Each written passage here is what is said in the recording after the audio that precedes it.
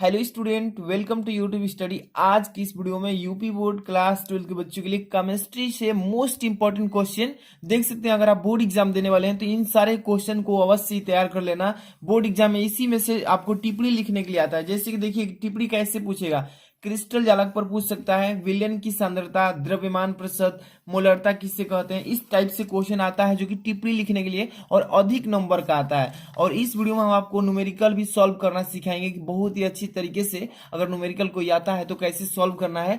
इस वीडियो में न्यूमेरिकल भी बताने वाले हैं, तो ये काफी इंपॉर्टेंट वीडियो है। वीडियो को तुरंत लाइक कर दीजिए और चैनल पर नए तो सब्सक्राइब तुरंत कर लीजिए, क्योंकि यहाँ पे आपको all subject Hindi, English, physics, chemistry, bio सारे सब्जेक्ट की यहाँ पर मोस्ट इंपॉर्टेंट क्वेश्चन जैसे एग्जाम नजदीक आता जा रहा है आपको डेली वीडियोज मिलेंगे। तो वीडियो को तुरंत लाइक कर दीजिए, चैनल पर सब्सक्राइब करके जुड़े रहिए। और देखिए सबसे पहला चीज इसमें टॉपिक लिया गया है केमिस्ट्री का मोस्ट इंपॉर्टेंट, ठीक है। तो अच्छे से तैयारी में लगे रहिए।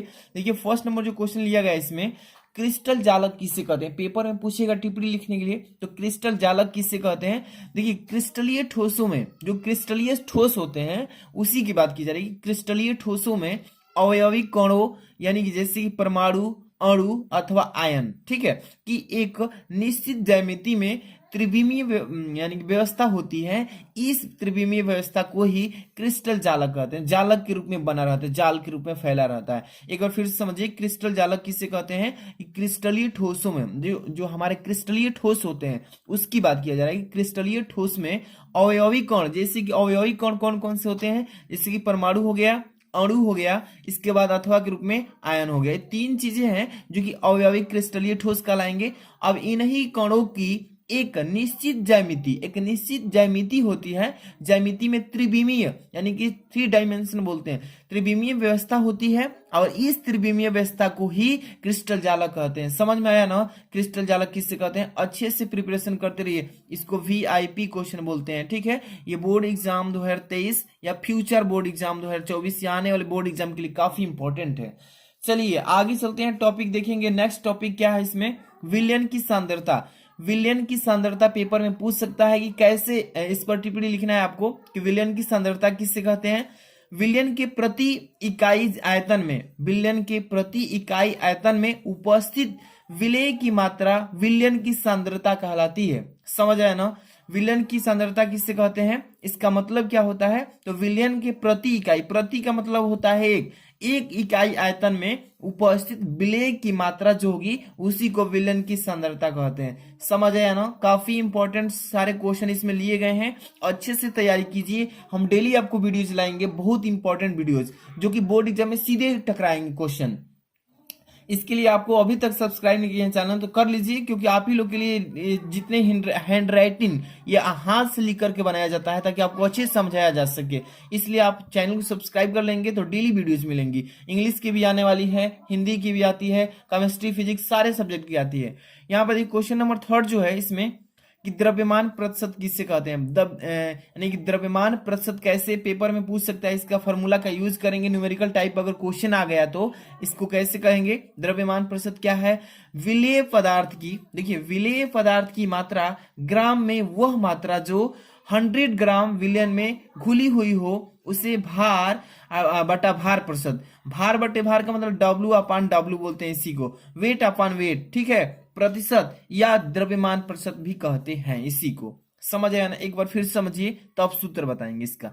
द्रव्यमान प्रतिशत कैसे कहेंगे कि विलेय पदार्थ की, जो विलेय पदार्थ है उस विलेय पदार्थ की मात्रा किस चीज में, ग्राम में वह मात्रा जो 100 ग्राम विलयन में घुली हुई हो उसे ही भार अपान भार यानी भार प्रतिशत भार यानी कि द्रव्यमान प्रतिशत कहते हैं। इसको W/W भी कहते हैं, ठीक है।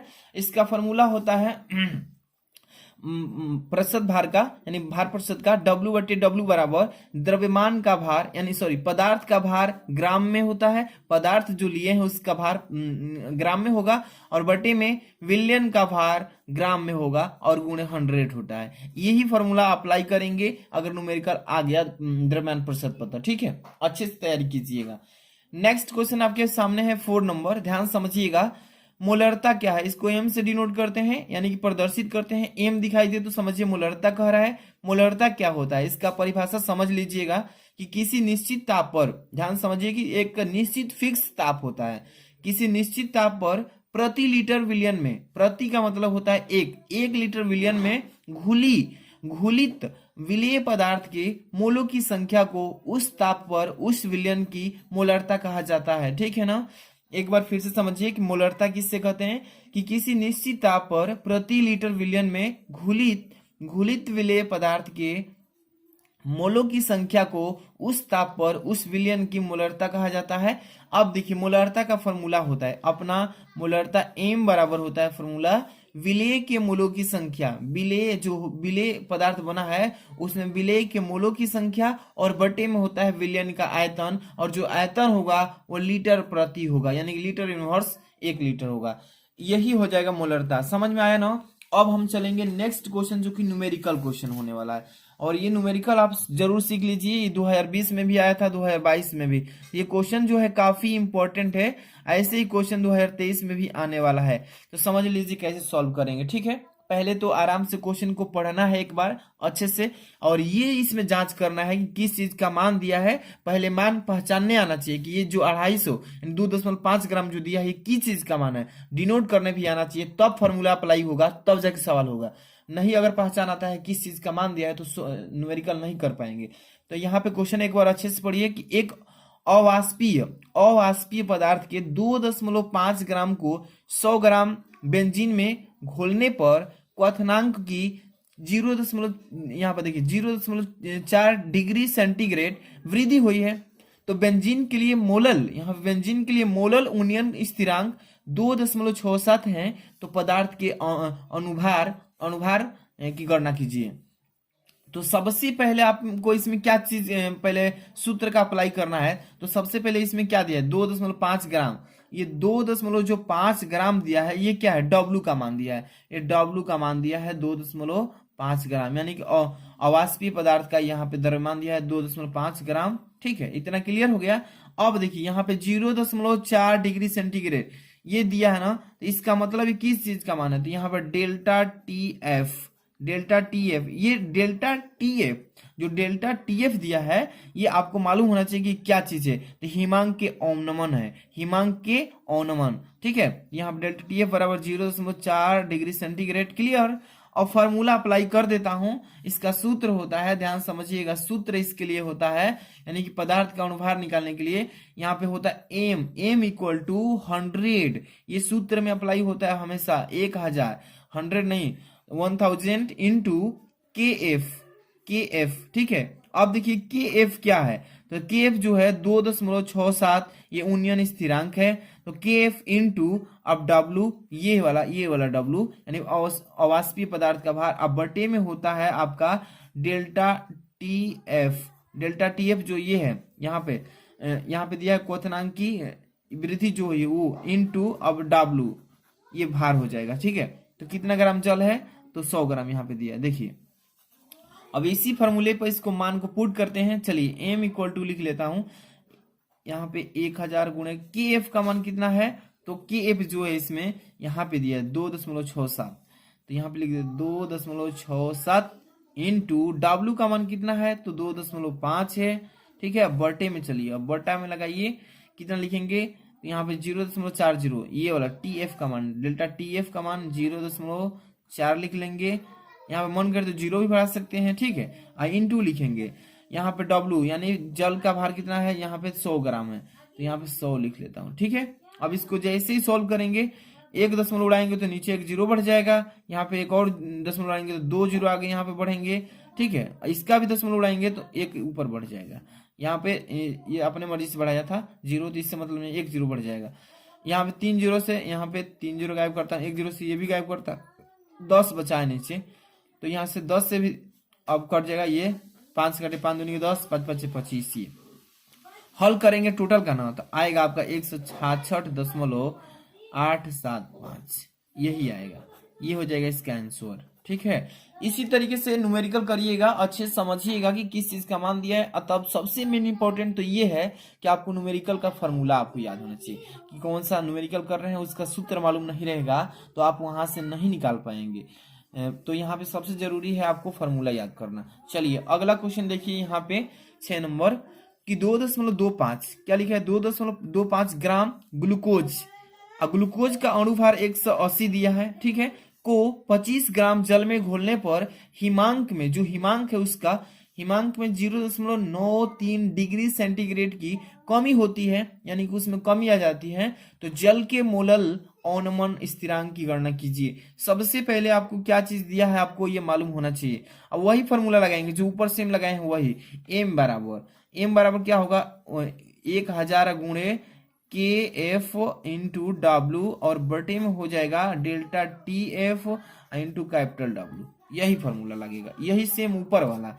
अब ये देखिए 2.25, ये किस चीज का मान है आपको मालूम है, ये भार है, डब्ल्यू का मान, कैपिटल डब्ल्यू का मान 2.25, ठीक है, ग्राम। अब देखिए इसमें जो है ये अणु भार, ये जो दिया है 180, ये किस चीज का मान है, तो आपको मालूम है कि यहाँ पे जो 100 रखे हैं ना, ये 1000, इसकी जगह पर उसका अप्लाई कर देंगे, 180 पहले से दे रखा है, यहाँ पे 180 लिख लेंगे, ठीक है। चलिए इस फार्मूले का अकॉर्डिंग लिखते हैं, तो यहाँ पे 180 इंटू 0.93 हो जाएगा के एफ का मान, के एफ का मान ये है, ठीक है। यहाँ पे इंटू डब्ल्यू का मान, स्मॉल डब्ल्यू का मान कितना है, तो यहाँ पे 25 दिया है, देखिए 25 यहाँ पे दिया है, तो 25 लिख लेते हैं, और बटे में डेल्टा टी एफ का मान यहाँ पे 0.93 लिख लेंगे, इंटू यहाँ पे कैपिटल डब्ल्यू का मान 2.25, ठीक है। इसको हल कर लीजिएगा, काट दे रहा हूँ, मतलब सॉल्व करेंगे पूरा हल करके, 1.86 केल्विन, अब यहाँ पे किलोग्राम, ठीक है, प्रति मोल, यही आ जाएगा इसका आंसर हल करने के बाद। आप देख लीजिए पेपर में ऐसे ही करना है, ज्यादा इसमें तामझाम नहीं है, छोटा सा न्यूमेरिकल है और आराम से सॉल्व करना है इसको, ठीक है। चलिए एक और क्वेश्चन है इसमें न्यूमेरिकल, इसको भी सॉल्व कर लेते हैं, ठीक। चलिए देख लीजिए, ये क्वेश्चन जो है काफी इंपॉर्टेंट है सबके लिए। 17.1 ग्राम लिखा है ना, 17.1 ग्राम सुक्रोस अणुभार 342 को 100 ग्राम जल में घोलने पर हिमांक में अवनमन 0.93 डिग्री सेंटीग्रेड पाया गया। जल का मोलल अवनमन यानी कि स्थिरांक केएफ की गणना कीजिए। केएफ निकालना है ना, तो केएफ निकालने के लिए फॉर्मूला होता है small M into delta T F into capital W होता है, बटे में होता है आपका 1000 और गुणे स्मॉल डब्ल्यू, ठीक है। यही फॉर्मूला अप्लाई होगा। अब देखिए एम जो है इसमें, एम स्मॉल एम जो है विलेय का भार है, क्या है, विलेय का भार, अणु भार लिख देता हूं, अणु भार, विलेय का अणु भार कितना है 342 दिया है, 342 ऊपर दिया है, देख लीजिए। इसके बाद यहाँ पे स्मॉल डब्ल्यू का मान, विलेय का मान, विलेय का द्रव्यमान लिख देता हूं, द्रव्यमान, ठीक है। द्रव्यमान कितना है 17.1 ग्राम है, यहाँ पे ऊपर देखिए। अब इतना लिख दिया। कैपिटल डब्ल्यू का मान यानी विलायक का द्रव्यमान कितना है 100 ग्राम है, 100 ग्राम देखिए इसमें दिया है 100 ग्राम कहीं यहाँ पर। इतना क्लियर हो गया ना। और डेल्टा टीएफ तो आपको बताए हैं, यानी कि हिमांक के अवनमन है, तो इसी फॉर्मूले के बेस पर हम करेंगे। चलिए यहाँ पे अवनमन स्थिरांक याद करते हैं के एफ। चलिए सूत्र लिख ही दिए हैं, मान रखिएगा के एफ बराबर एम, स्मॉल एम का मान कितना है 342 है, स्मॉल एम का मान 342 रखें, गुणे डेल्टा टी एफ का मान 0.93 है, आई टू यहाँ पे देखिए डब्ल्यू का मान 100 है, 100 यही रख लेंगे, बटा लगाइए, फिर लिखिए 1000 इंटू यहाँ पे देखिए डब्ल्यू का मान कितना है 17.1 यानी 17.1, यहाँ पे 17.1।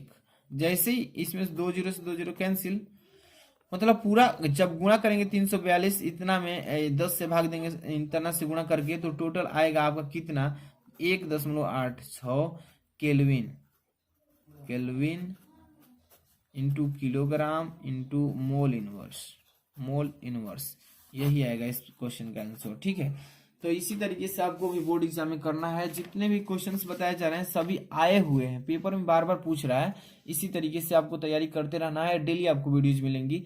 अगर कहीं भी डाउट होता है तो कमेंट कीजिए। आपको पीडीएफ चाहिए तो टेलीग्राम ज्वाइन कीजिए। मिलता है नेक्स्ट वीडियो में। Thanks for watching.